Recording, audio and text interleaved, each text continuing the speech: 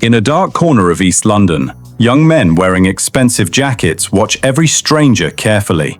This is the Gascoigne estate in Barking, Hellbanians territory. After sunset, normal London rules don't work here. The streets belong to Albanian criminals who took control using money and violence.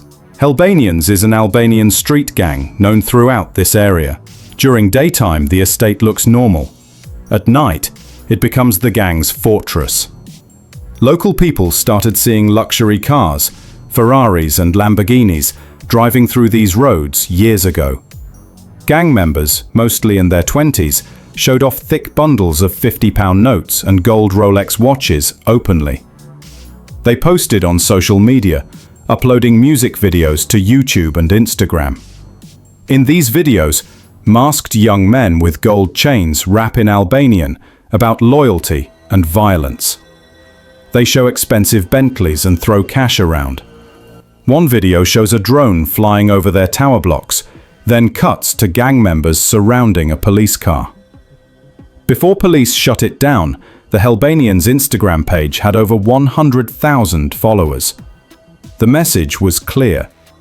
Helbanians are ready for war, armed with AK-47s. The Gascoigne estate wasn't always Albanian territory. In the mid-1990s, British crime families controlled it. Later, a Jamaican gang led by Delroy Lewis ran a 24/7 drug market here, selling crack cocaine and heroin. Lewis was arrested in 2004, leaving empty space for new gangs. The neighborhood was changing. Refugees from Albania and Kosovo arrived, escaping war in the Balkans. Albanian became the second most spoken language here. With their community growing and the previous boss gone, young Albanian immigrants saw their chance. After Delroy's arrest, Albanian youth gradually took over the drug trade. They called themselves Hellbanians and controlled the estate completely. Rookwood House, a graffiti-covered building nearby, became their headquarters. Its design was perfect. Connected walkways and few entry points made it easy to defend. Gang members could organize business, hide drugs and weapons, and escape quickly. When the city demolished it, they moved to a new location near a pub that locals avoid after dark. Every night around 9 p.m., the same faces gather there for business.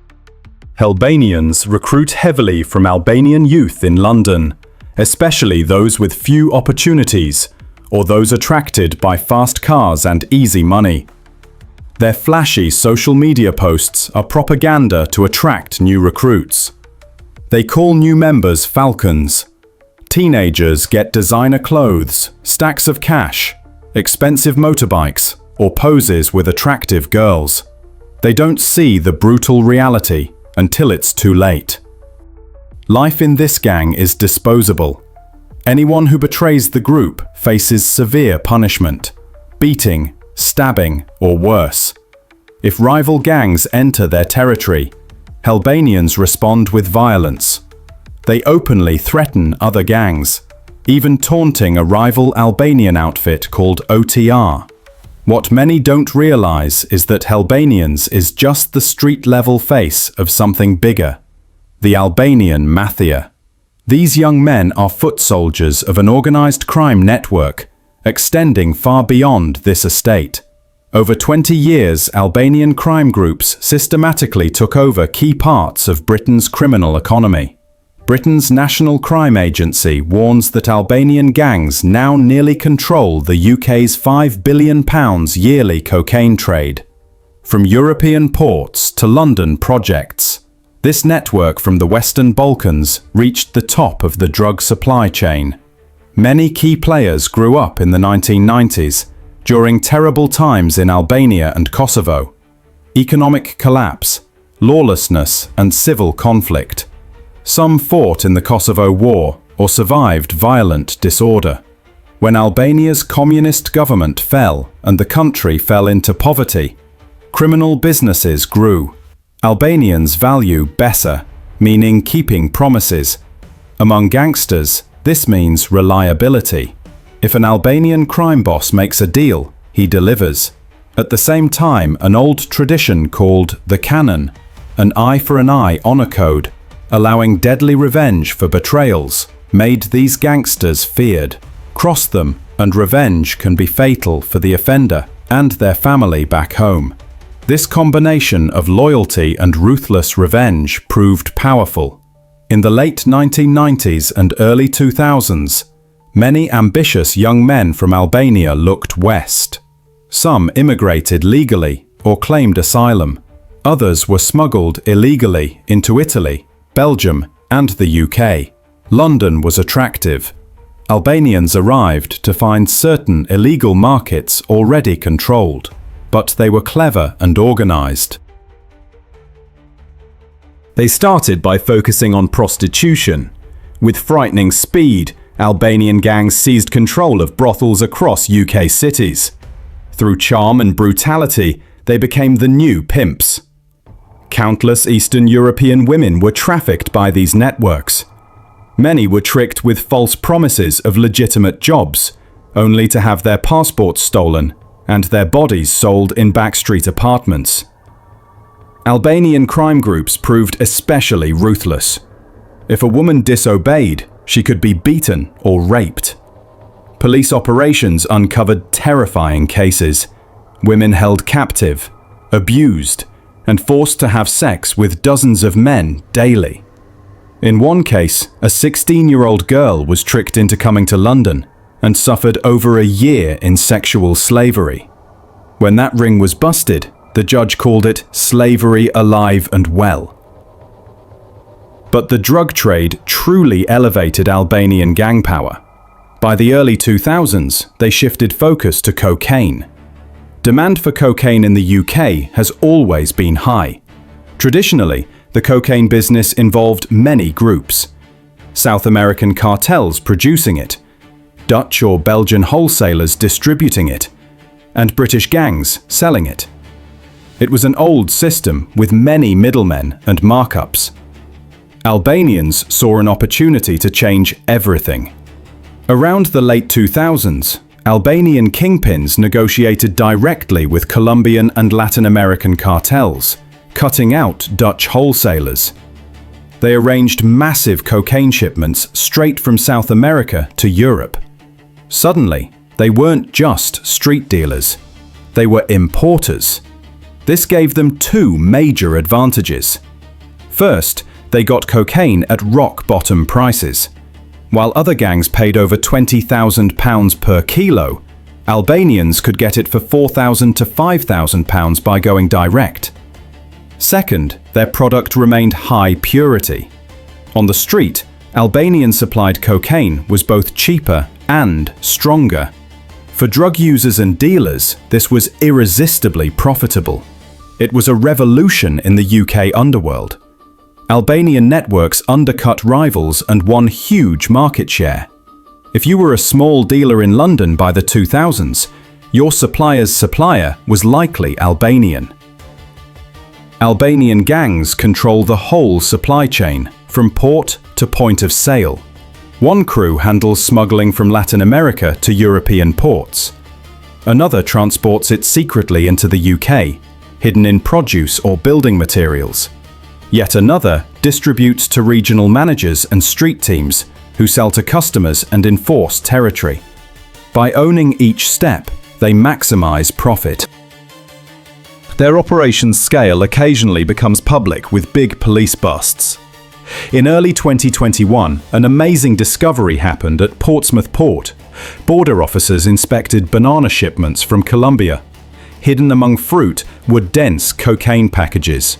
2.7 tons total, worth over £200 million. It was one of UK history's largest cocaine seizures. Investigators learned an Albanian-led group was behind this. The gang had even bought a legitimate London fruit import company as a front. When armed officers raided a Tottenham warehouse, they found gang members frantically searching through banana boxes for missing cocaine.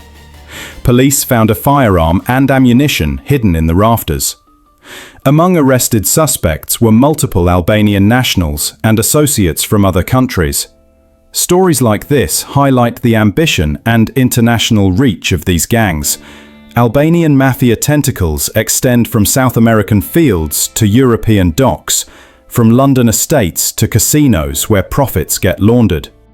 They move with old-school gangsterism and modern technology.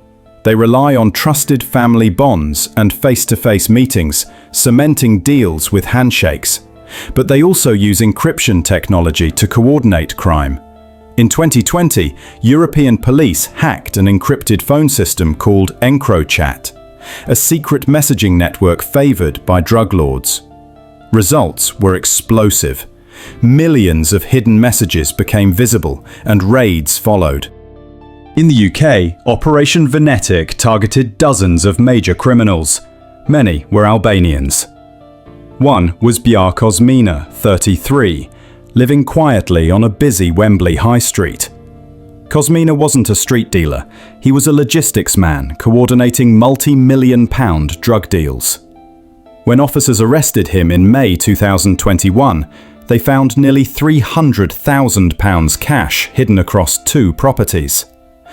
Ledgers detailed a business moving at least 100 kilograms of cocaine, worth around £8 million. Kosmina operated under the pseudonym Insatiable Beta, brokering deals via encrypted texts. Confident police couldn't read his messages. He arranged drug shipments nationwide during COVID lockdowns. Unknown to him, investigators watched his every text once EncroChat was cracked. Faced with transcripts of his own boasts, Kosmina pleaded guilty. The judge sentenced him to 12 years in 2024. Astonishingly, this wasn't his first UK crime. He was convicted in 2012 for conspiracy to supply Class A drugs. After that, he was deported to Albania, only to quietly slip back into the UK to resume business. That determination shows the challenge authorities face.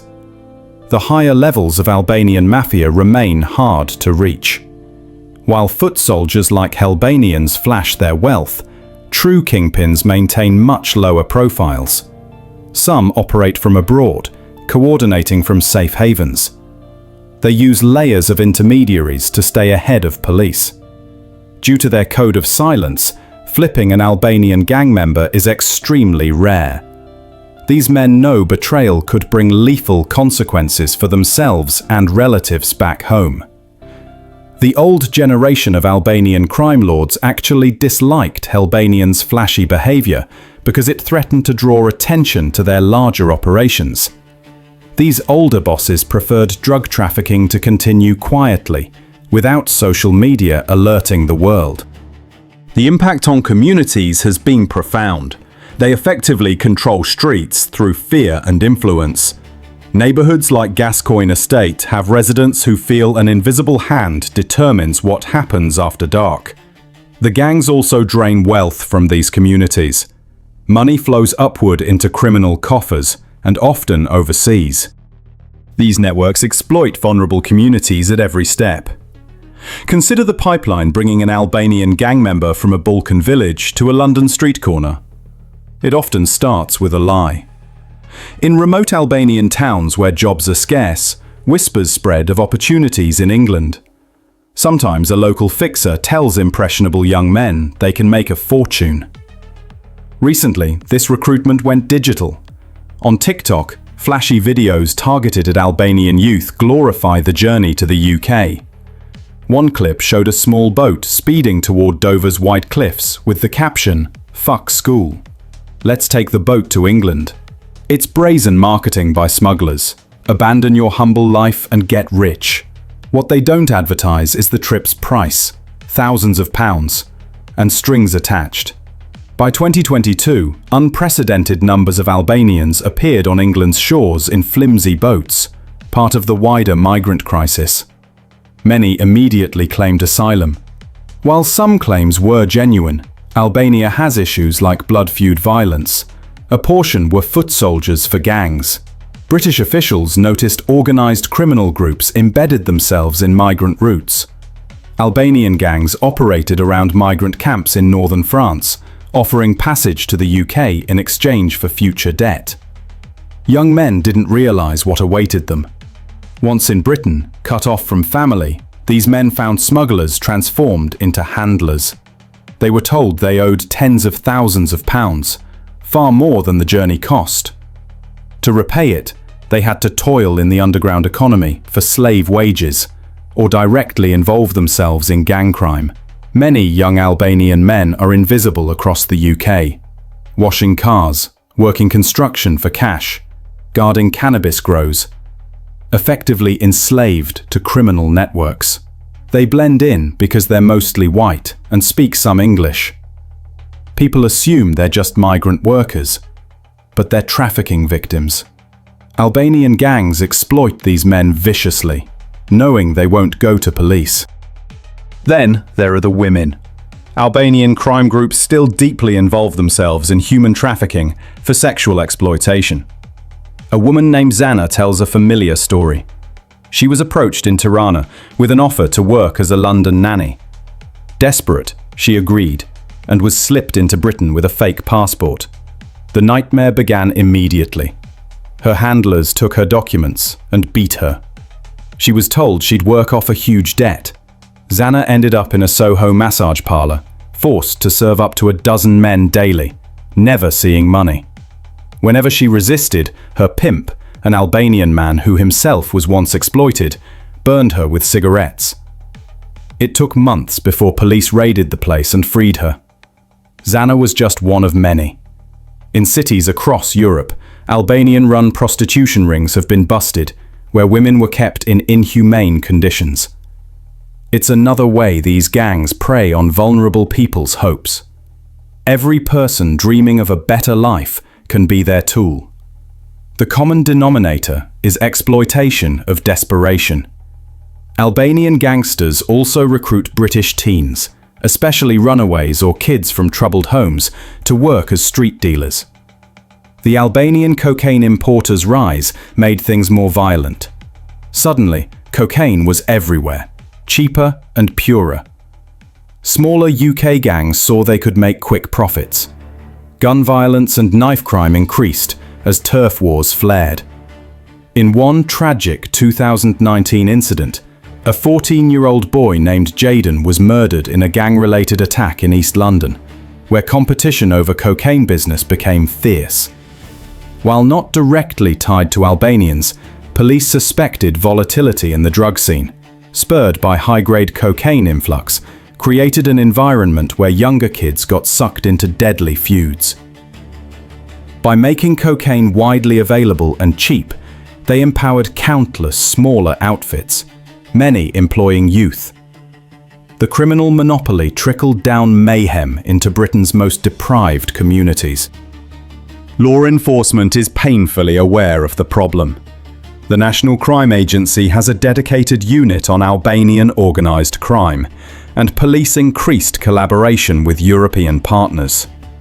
There have been successes: the banana shipment interception, EncroChat takedowns, numerous raids that saved trafficking victims. The NCA and Metropolitan Police ran joint operations, storming cafes and clubs suspected of being people-smuggling hubs. In recent dawn raids, officers targeted an Albanian network advertising illegal channel crossings on social media. They arrested 3 Albanian men and an Eastern European woman allegedly offering to smuggle migrants in trucks and boats, then facilitating their exploitation. A senior official called these vile gangs who exploit vulnerable people. The British government signed agreements with France to strengthen beach patrols and with Albania to streamline criminal deportations. New laws promised tougher sentences, but despite efforts, Albanian Mafia's grip isn't easily broken. As long as there's a fortune from drugs and illegal migration, these gangs will keep finding recruits and strategies to evade law enforcement. In the end, the Helbanians are not just a street gang. They are a small part of a vast system stretching from South American jungles to the streets of London. Their flashy image has lured young men, while leaving deep scars on communities through fear, exploitation, and economic decay. The policies and law enforcement strategies that have failed so far need to evolve toward community-based prevention, stronger cross-border intelligence sharing, and real support for trafficking victims. If society keeps punishing only the visible gang members but ignores the systems that feed them with money and manpower, this story will be written again, and the greatest harm will fall on those we claim to protect. Breaking this cycle requires more than arrests. It demands investment in education, opportunity, and international cooperation to dismantle the criminal pipelines that exploit the vulnerable and profit from despair.